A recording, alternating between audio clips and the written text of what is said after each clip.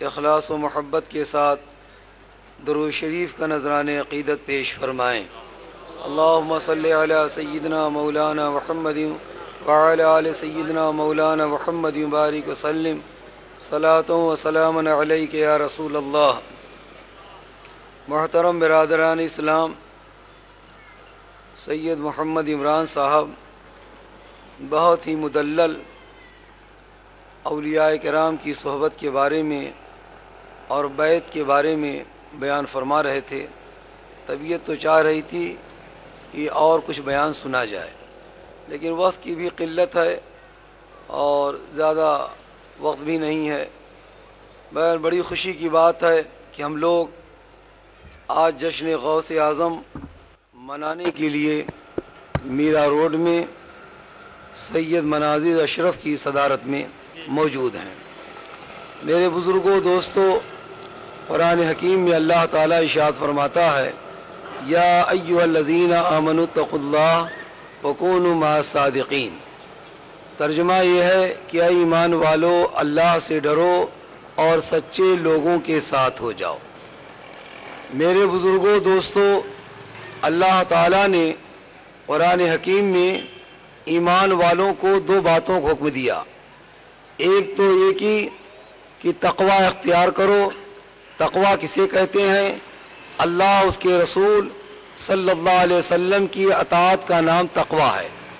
اللہ نے حکم دیا نماز پڑھنے کا، روزہ رکھنے کا، اگر مال دے اللہ زکوٰۃ کی ادائیگی کا حکم دیا، برائیوں سے بچنے کا، طاقت ہو حج ادا کرنے کا۔ بہرکیف اللہ، اس کے رسول کی اطاعت کا نام تقوی ہے۔ اور اس کے بعد اللہ فرماتا ہے، وَكُونُوا مَعَ الصَّادِقِينَ، کہ اے ایمان والو، تم نمازی ہو چکے، روزے دار بن چکے، حاجی ہو چکے، تم نے اللہ کی راہ میں مال کو خرچ کیا، اب تم سچے لوگوں کے ساتھ ہو جاؤ۔ میرے بزرگوں، دوستو، ہمیں یہاں پر اس آیت مبارکہ میں یہ سمجھنا ہے کہ اگر کوئی انسان مومن ہے، کوئی انسان نمازی ہے، روزہ رکھنے والا ہے، اللہ نے مال دیا زکوٰۃ ادا کرتا ہے، طاقت دی حج کی ادائیگی کرتا ہے، اللہ اس کے رسول کی اطاعت کر رہا ہے، تو سچے لوگوں کی صحبت کا حکم کیوں دیا گیا؟ میرے بزرگوں، دوستو، مولانا جلال الدین رومی رحمۃ اللہ علیہ کی مثنوی شریف وہ کتاب ہے جو قرآن و حدیث کا ترجمہ ہے۔ مولانا جلال الدین رومی رحمۃ اللہ علیہ کتاب، جب یہ دنیا میں اختلافات آج بہت سے ہیں، عقائد کے وہ اختلاف نہیں تھے، اس وقت کی یہ کتاب لکھی گئی ہے۔ اس میں حضرت مولانا جلال الدین رومی رحمۃ اللہ علیہ اس طریقے سے فرماتے ہیں، ایک زمانہ صحبت با اولیاء بہتر صد سال طاعت بے ریا۔ فرماتے ہیں کہ تھوڑی دیر اللہ والوں کی بارگاہ میں بیٹھنا سینکڑوں برس کی نفلی عبادت سے افضل ہے۔ نفلی عبادت کیا ہے؟ آدمی نے فرض نماز ادا کیا، فرض روزہ رکھا، فرض زکوٰۃ ادا کیا، اب اس کے بعد آدمی اوابین پڑھتا ہے، اشراق پڑھتا ہے، چاشت پڑھتا ہے، تہجد پڑھتا ہے، قرآن کی تلاوت کرتا ہے، خانہ کعبہ کا طواف کرتا ہے، عمرہ کرتا ہے، قرآن کی تلاوت کرتا ہے، اللہ کی راہ میں صدقہ و خیرات کرتا ہے۔ یہ ساری عبادتیں نفلی عبادتیں ہیں۔ مولانا رومی فرماتے ہیں کہ تھوڑی دیر اللہ والوں کی بارگاہ میں بیٹھنا یہ سینکڑوں برس کی نفلی عبادت سے افضل ہے۔ یہی تک نہیں بلکہ مولا روم تو یہ فرماتے ہیں، ہر کی خواہد ہم نشینی باخدا او نشینت در حضور اولیاء۔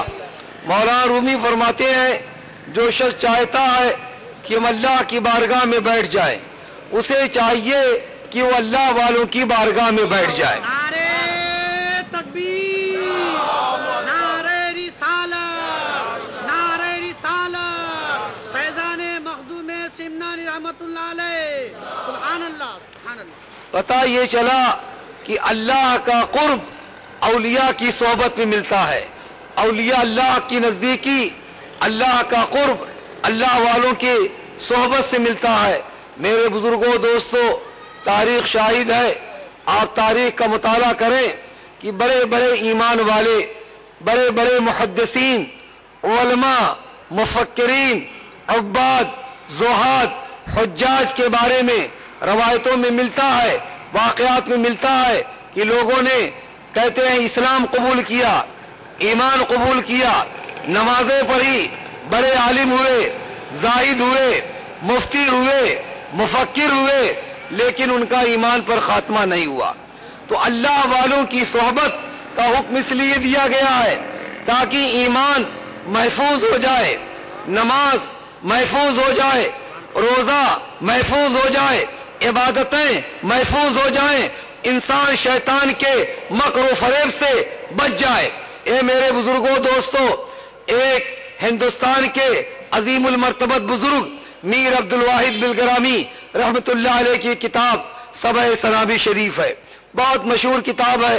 اس کتاب کے بارے میں علماء فرماتے ہیں کہ بارگاہ رسالت صلی اللہ علیہ وسلم میں کتاب مقبول ہے۔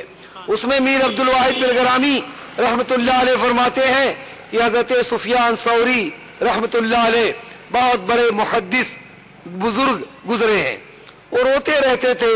شاگردوں نے عرض کیا، حضور آپ سے کوئی خطا سرزد نہیں ہوتی، کوئی گناہ نہیں ہوتا، آپ ہمیشہ اطاعت الہی میں مشغول رہتے ہیں، آپ اتنا گریو زاری کیوں کرتے ہیں؟ آپ نے فرمایا، میرے استاد نے خانہ کعبہ میں غالباً 20 سال تک جارو کشی کیا اور حدیث پاک کا درس دیا، لیکن ان کا ایمان پر خاتمہ نہیں ہوا، میں ڈرتا ہوں کہیں وہ حال میرا نہ ہو جائے۔ اے میرے بزرگوں، دوستو، غور کرو، جو آدمی 20 سال تک خانہ کعبہ میں جھاڑو دے، حدیث پاک کا درس دے، رمضان پائے گا، شب برات پائے گا، شب قدر پائے گا اور بڑی راتوں کو پائے گا، کتنی عبادتیں کی ہوں گی، لیکن ان کا ایمان پر خاتمہ نہیں ہوا۔ اور افسوس، آج کا مسلمان 40 دن کا چلا کر کے، چند حدیثوں کو یاد کر کے اور ٹائی لگا کر کے یہ کہتا ہے نبی کی ضرورت نہیں، قرآن یہ کہتا ہے، اللہ یہ فرماتا ہے، یا ایھا الذین آمنوا اتقوا اللہ وکونوا مع الصادقین، اے ایمان والے تم تقوی اختیار کرو اور سچے لوگوں کے ساتھ ہو جاؤ۔ جب سچے لوگوں کے ساتھ ہو جاؤ گے تو تمہارا ایمان محفوظ رہے گا، تمہارا تقوی محفوظ رہے گا، تم اللہ کی بارگاہ میں مقبول ہو جاؤ گے۔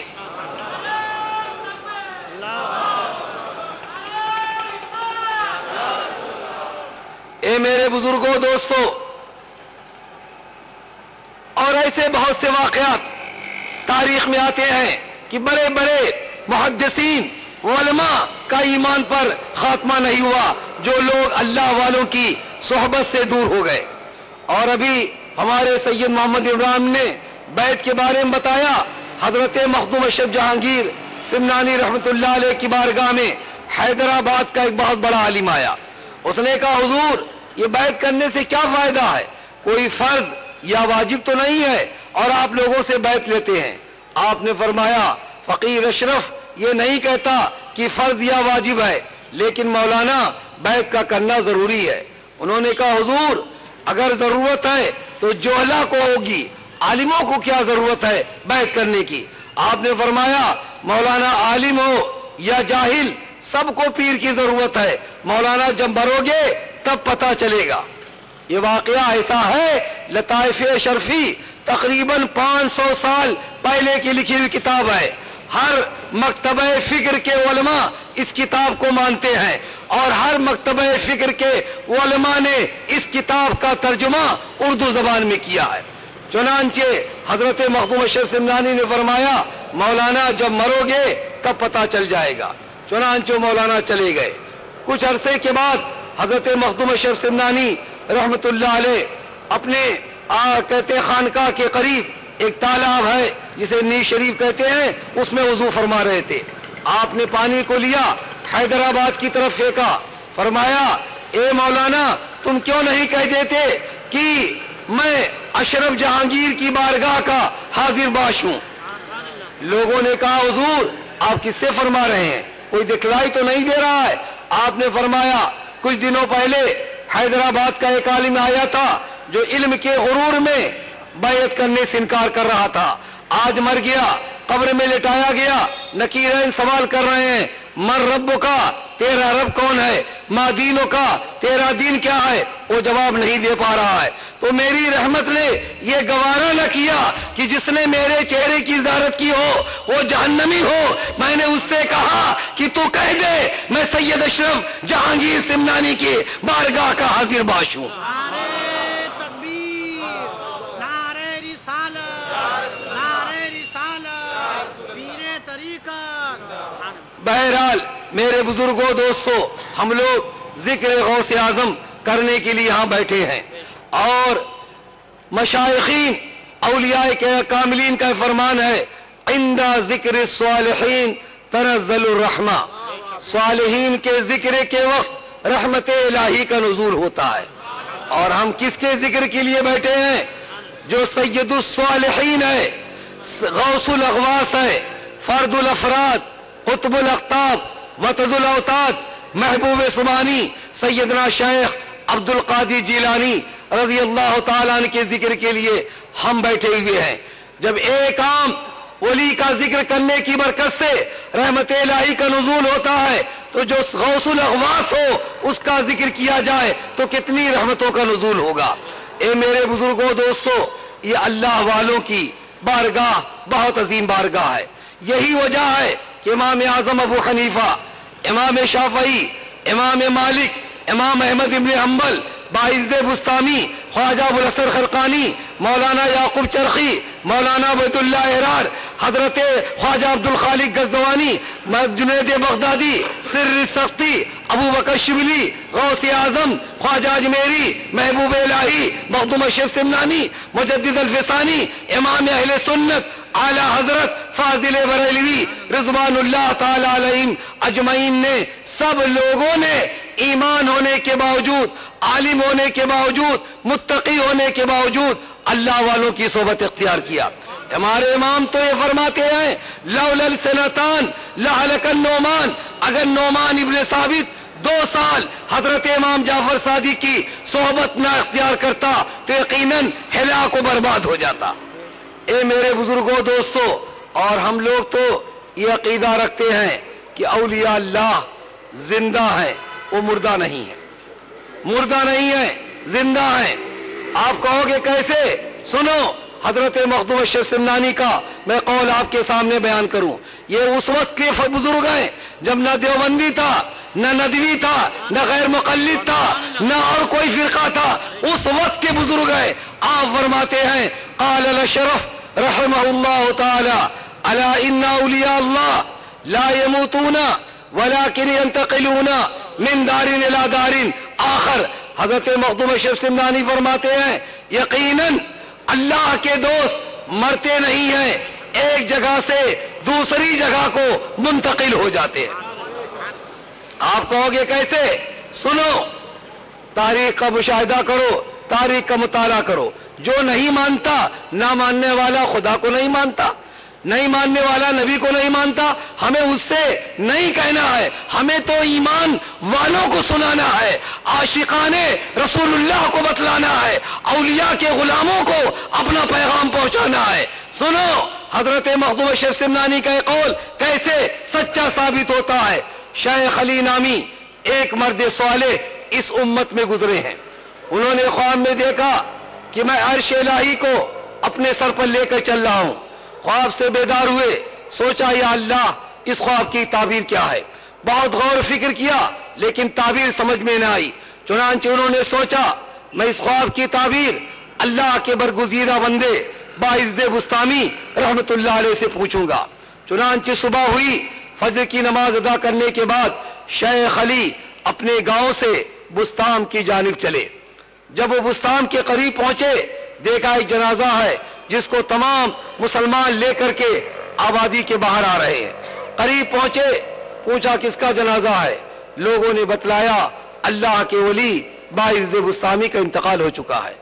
آپ نے انا للہ و انا الیہ راجعون پڑھا اور افسوس کا اظہار کیا کہ ہائے میں حضرت کے پاس چلا تھا کہ حضرت میری حاجت کو پورا کر دیں گے، حضرت باعزد بستامی میرے خواب کی تعبیر کو بتلا دیں گے، لیکن افسوس کہ حضرت کا انتقال ہو گیا۔ قریب پہنچے کہ لاؤ جنازے کو کاندھا دے لوں، لیکن مجمع بہت تھا، کاندھا دینے کا موقع نہ ملا، جنازے کی چارپائی کے نیچے چلے جاتے ہیں۔ ان کا سر، شیخ علی کا سر باعزد بستامی کے جنازے کی چارپائی سے لگتا ہے۔ حضرت باعزد بستامی یہ فرماتے ہیں، شیخ علی تو نے رات میں خواب میں جو دیکھا تھا کہ میں عرش الہی کو اپنے سر پر لے کر چل رہا ہوں، سن باعزد بستامی کا جنازہ عرش الہی ہی تو ہے۔ اے میرے بزرگوں دوستو، دنیا کہتی ہے انسان مر گیا، ولی مر گیا، یقیناً اور لوگ مرتے ہیں، لیکن اولیاء اللہ مرتے نہیں ہیں، ایک جگہ سے دوسری جگہ کو منتقل ہوتے ہیں۔ سنو، اگر باعزد بستامی مر چکے ہیں تو کیسے یہ بتلا رہے ہیں کہ شیخ علی تمہارے خواب کی تعبیر ہے؟ پتہ یہ چلا ولی انتقال کے بعد بھی لوگوں کی حاجتوں کو پورا کرتا ہے، ولی مر انتقال کے بعد بھی حاجت روا ہے، مشکل کشا ہے، غیب کی خبر دینے والا ہے۔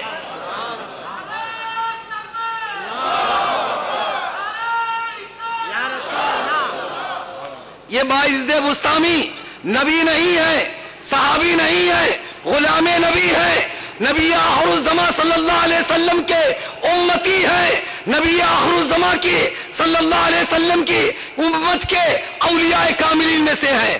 تو اگر بعد انتقال یہ غیب کی خبر دیتے ہیں کہ شیخ علی اپنے دل میں کیا لے کر کے آئے، کس نے بتلایا؟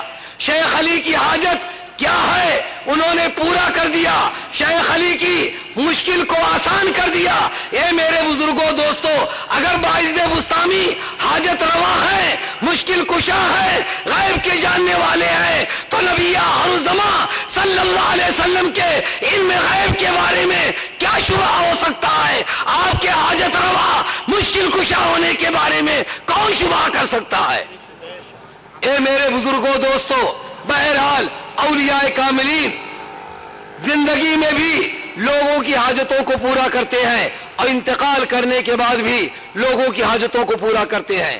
یہ ایسا نہیں ہے کہ امام اہل سنت اعلی حضرت فاضل بریلوی رحمت اللہ علیہ نے اپنی جانب سے کوئی بات لکھی، بلکہ امام اہل سنت نے جو عقیدہ حقہ تھا، سچ عقیدہ تھا، جو غوث اعظم خواجہ اجمیری، امام اعظم، امام شافعی، امام مالک، امام احمد ابن حنبل کا عقیدہ تھا، اسی عقیدے کو روشن فرمایا ہے، اسی عقیدے کو اجاگر فرمایا ہے۔ اے میرے بزرگوں دوستو، بہرحال اولیاء بعد انتقال بھی فیض و برکات دیتے ہیں۔ اور چلو آگے، ہندوستان میں کس نے توحید کے پرچم کو لہرایا؟ کس نے وحدانیت کا درس دیا؟ کس نے شرک کو کفر سے بچایا؟ اے میرے بزرگوں دوستو، تاریخ اٹھاؤ، اپنے باپ داداؤں کی چند پشتوں کے بعد لوگ ایمان والے نہیں تھے۔ جو عرب سے قبیلہ آیا یا کسی غیر ملک سے آیا ایمان والا، وہی ایمان والے تھے، ورنہ لوگوں کے باپ دادا کیا تھے؟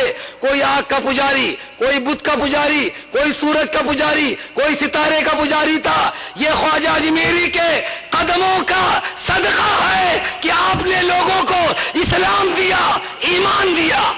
نعرے تکبیر، نعرے رسالت۔ اس خواجہ اجمیری کا عقیدہ ہے، سنو کان کھول کر کے، کہ خواجہ اجمیری لاہور گئے، سید علی داتا گنج بخش لاہوری کے مزار مبارک پر چلہ کیا، چلے کے دوران عرض کیا، گنج بخش فیض عالم مظہر نور خدا ناقصارا پیر کامل کامل آرا رہنما۔ اب خواجہ اجمیری کو کیا کہو گے؟ خواجہ اجمیری کہتے ہیں، اے سید علی، آپ اپنی قبر میں لیٹ کر کے سارے عالم کو فیض عطا فرمانے والے ہیں۔ اے سید علی، آپ سارے عالم کو خزانہ بخشنے والے ہیں، مظہر نور خدا۔ اے سید علی، آپ کی ذات خدا کے نور کا مظہر ہے، ناقصارا پیر کامل۔ اے سید علی، اگر کوئی ناقص پیر آپ کی درگاہ میں آ جائے تو آپ اسے کامل بنا دیتے ہیں، اور اگر کوئی کامل آ جائے تو اسے دین کا رہنما بنا دیتے ہیں۔ اب خواجہ اجمیری کے بارے میں کیا کہو گے؟ جس خواجہ نے ہندوستان میں وحدانیت کا درس دیا، شرک کو کفر سے بچایا، ایمان کی دولت دیا، اس خواجہ کا عقیدہ ہے کہ میں داتا گنج بخش لاہوری کی قبر پر حاضر ہوا، ان سے میں نے مانگا اور وہ لوگوں کو فیض دینے والے ہیں۔ تو امام اہل سنت نے جو عقیدہ دیا ہے وہ خواجہ اجمیری کا عقیدہ دیا ہے۔ اب ولی زندہ ہو یا انتقال کر جائے، دونوں صورتوں میں اس کی بارگاہ سے فیض و برکات ملتے ہیں۔ آدمی کتنے ہی پائے درجے کا مومن متقی کیوں نہ ہو، جب تک اللہ والوں کا غلام نہ بنے گا اس کے ایمان تقوی کی کوئی ضمانت نہیں۔ یہ تو کوئی اور نام نہاد مسلمان یہودیوں کا ایجنٹ ٹائی لگا کر کے یہ کہہ سکتا ہے کہ نبی آخر الزمان کی ہمیں نعوذ باللہ من ذالک ضرورت نہیں ہے، قرآن کا فیصلہ ہے، حضرت صدیق اکبر کا عقیدہ ہے۔ سرکار پردہ فرما چکے، سیدنا صدیق اکبر آئے، پیشانی محمد صلی اللہ علیہ وسلم کو چوما، عرض کیا اذکرنا عند ربک یا محمد، اے محمد صلی اللہ علیہ وسلم آپ ہمیں اپنے رب کی بارگاہ میں یاد کیجئے گا۔ پتہ یہ چلا ابو بکر صدیق کا عقیدہ تھا نبی دنیا میں تھے تو بھی ضرورت تھی، بعد وصال بھی ضرورت ہے، قیامت کے دن بھی ان کی ضرورت ہے۔ یہ یہودی ایجنٹ کا عقیدہ ہے کہ نبی کی ضرورت نہیں ہے، یہودی ایجنٹ کا عقیدہ ہے۔ یا کوئی مسلمان ایسا کہے گا کہ خواجہ اجمیری کے ہاں نعوذ باللہ من ذالک سب ہجڑے اکٹھا ہوتے ہیں، ارے وہ اپنی تاریخ اٹھا کر کے دیکھے، چند پشتوں کے بعد لوگ ایمان والے تھے ہی نہیں، اس کے آبا و اجداد۔ یہ خواجہ اجمیری کا صدقہ ہے کہ ایمان ملا۔ اے میرے بزرگوں دوستو، تو اولیاء زندہ ہوں تو بھی ان کی بارگاہ میں حاضری دی جائے، بعد انتقال بھی حاضری دی جائے۔ سنو حضرت غوث اعظم رضی اللہ تعالیٰ جن کا ذکر کرنے کے لیے ہم بیٹھے ہوئے ہیں، حضرت غوث اعظم رضی اللہ تعالیٰ ایسے ولی ہیں، اور آپ کا جشن آج نہیں منایا جا رہا ہے بلکہ صدیوں سے حضرت شیخ عبدالعزیز محدث دہلوی، حضرت مجدد الفسانی اور اس کے علاوہ متقدمین اولیاء علماء صلحاء نے ذکر غوث اعظم منایا ہے۔ چونکہ آپ کا وصال 11 ربیع الثانی سن 561 ہجری کو بغداد میں ہوا، اس لیے لوگ 11 ربیع الثانی کو آپ کی یاد میں جلسہ منعقد کرتے ہیں، لنگر کرتے ہیں، آپ کا جشن مناتے ہیں۔ بہرحال حضور غوث اعظم رضی اللہ تعالیٰ عنہ بغداد پہنچے علم دین حاصل کرنے کے لیے۔ مدرسہ نظامیہ بغداد میں آپ نے داخلہ لیا، آپ وہاں میں اس مدرسے میں علم دین حاصل کرنے لگے۔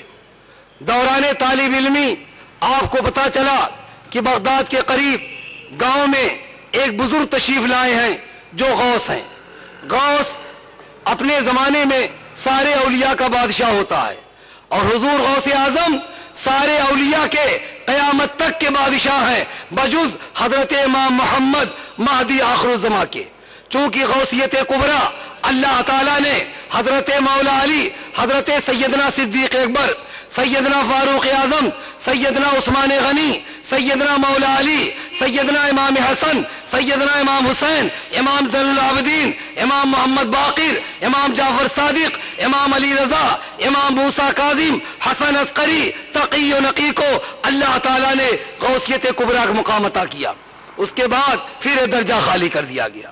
پھر اللہ تعالیٰ نے امام حسن کی اولاد میں سیدنا شیخ عبد القادر جیلانی کو ولایت کبریٰ، امامت کبریٰ، غوثیت کبریٰ کا مقام عطا فرمایا۔ پھر یہ جگہ خالی کر دی گئی ہے۔ پھر اللہ تعالیٰ قرب قیامت حضرت امام حسن کی اولاد میں امام محمد مہدی آخر الزمان کو غوثیت کبریٰ کا مقام عطا فرمائے گا۔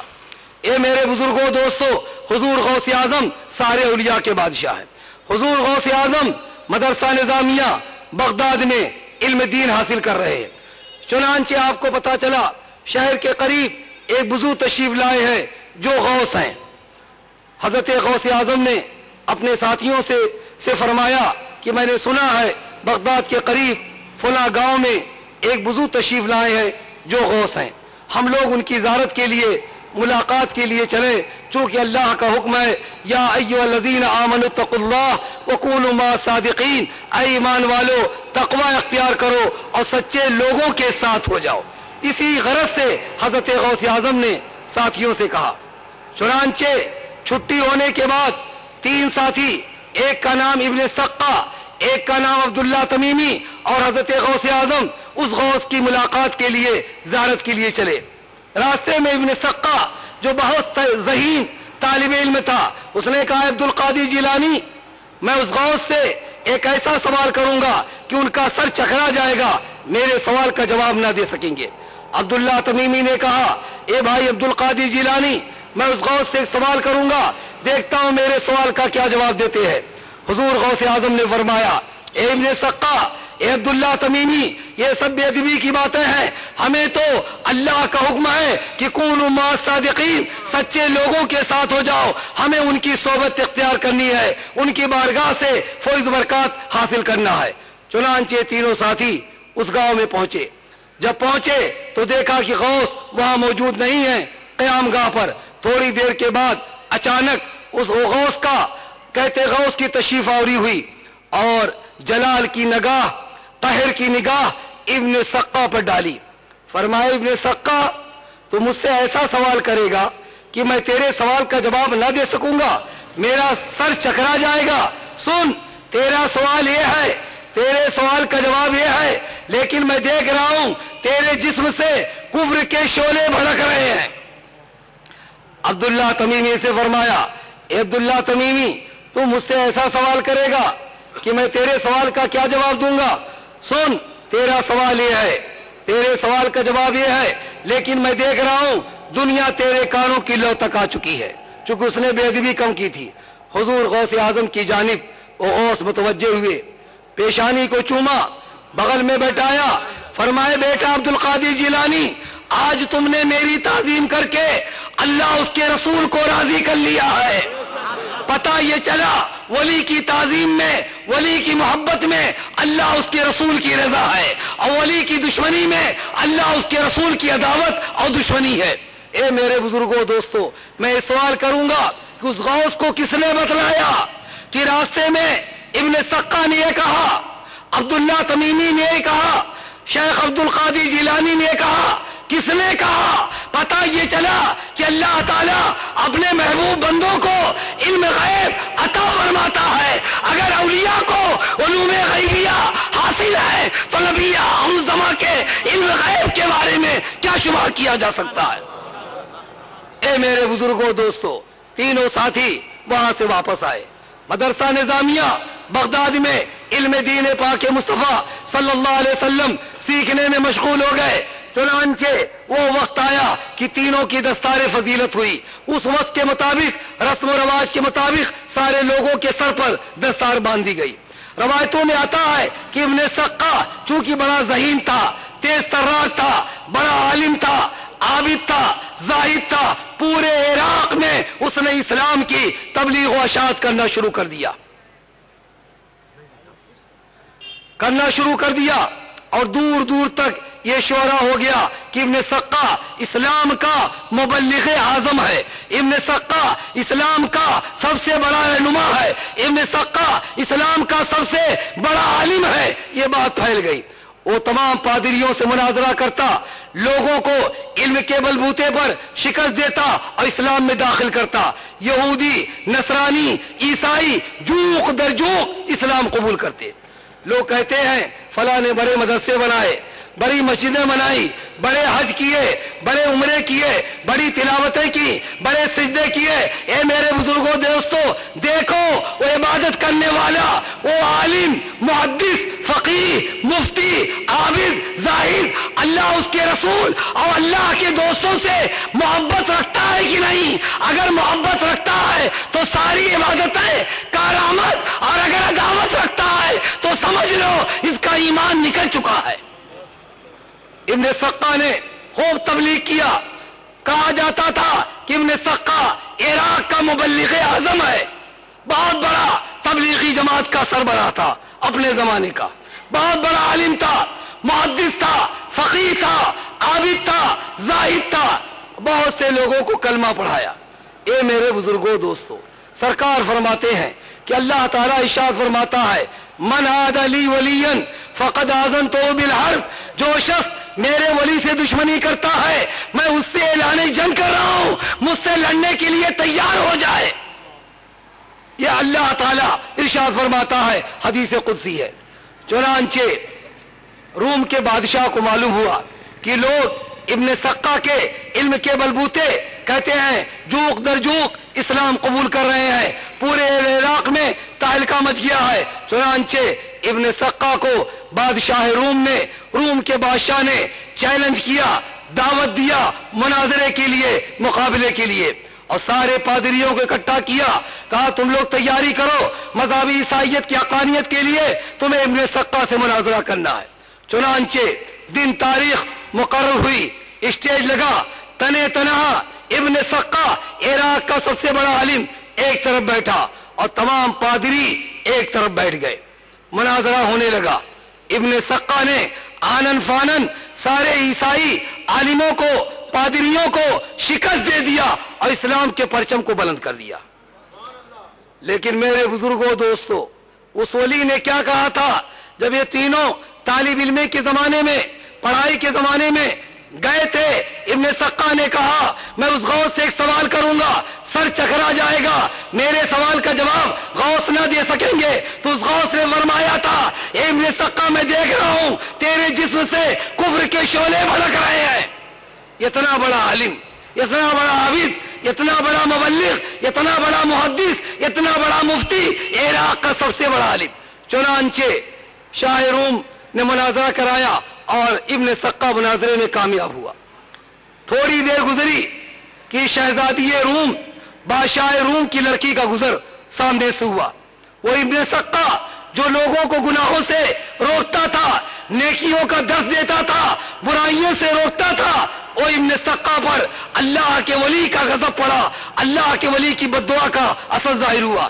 ابن سقا نے فوراً شاہ روم کو پیغام بھجوایا کہ کہہ دو اپنی لڑکی کی کا عقد میرے ساتھ کر دے۔ عیسائیوں کے طریقہ ہے اپنے مذہب کو پھیلانے کے لیے دھن، دولت، عزت، آبرو سب کچھ قربان کرنے کے لیے تیار ہو جاتے ہیں۔ چنانچہ شاہ روم بہت خوش ہوا، اس نے کہا ایک شرط پر ابن سقا کے ساتھ ہم اپنی لڑکی کو دے دیں گے کہ وہ اسلام کو چھوڑ کر کے مذہب عیسائیت قبول کر لے۔ اے میرے بزرگوں دوستو، اتنا بڑا عابد، اتنا بڑا عالم، اتنا بڑا زاہد، اتنا بڑا مبلغ صرف ایک ولی کی توہین کیا تھا، صحابی کی توہین نہیں کیا تھا، نبی کی توہین نہیں کیا تھا، سید الانبیاء صلی اللہ علیہ وسلم کی توہین نہیں کیا تھا، ایک ولی کی توہین کیا تھا، جس کا نتیجہ یہ ہوا کہ ابن سقا نے اسلام کو خیر بات کر کے مذہب عیسائیت قبول کر لیا۔ تو اب آج غور کرو، جب ولی کی توہین کا نتیجہ یہ ہوا کہ ابن سقا نے عیسائی مذہب قبول کر لیا، عیسائی مذہب کے مطابق ابن سقا کی شادی ہو گئی۔ ابھی اس کا مقصد پورا نہیں ہوا کہ اس کے پورے بدن میں آولے پڑ گئے، کور کی شکل اختیار ہو گئی۔ بادشاہ نے کہا اسے شاہ راہ پہ ڈال دو، یہ میری شہزادی کے لائق نہیں ہے۔ چنانچہ ابن سقا کو چوراہے پر ڈال دیا گیا۔ لوگ گزرتے تھے، کہتے تھے ابن سقا وہ بدبخت انسان ہے جس نے ایک اللہ کے ولی کی توہین کیا تھا۔ تو اب معراج ربانی کے بارے میں کیا کہو گے؟ جس نے خواجہ اجمیری کی شان میں بے ادبی کیا، یا ٹائی پہننے والے نام نہاد یہودی ایجنٹ کے بارے میں کیا کہو گے جس نے کہا نبی آخر الزمان صلی اللہ علیہ وسلم کی نعوذ باللہ من ذالک ضرورت نہیں ہے؟ کیا کہتے ہو؟ جب ایک ولی کی توہین کرنے والے کا ایمان نکل گیا، اس کا ایمان، اس کا اسلام، اس کا تقوی، اس کا علم کام نہیں آیا، تو جس نے نبی کی توہین کی ہو اس کے بارے میں کیا کہتے ہو؟ کہا اس کا ایمان رہے گا، اس کا اسلام محفوظ رہے گا، کتنی اچھی تقریر کرے، کتنی حدیثیں پڑھے پڑھاوے، کچھ نہیں ہونے والا ہے۔ سارا دار و مدار حضور صلی اللہ علیہ وسلم کی محبت، اولیاء کی غلامی میں ہے۔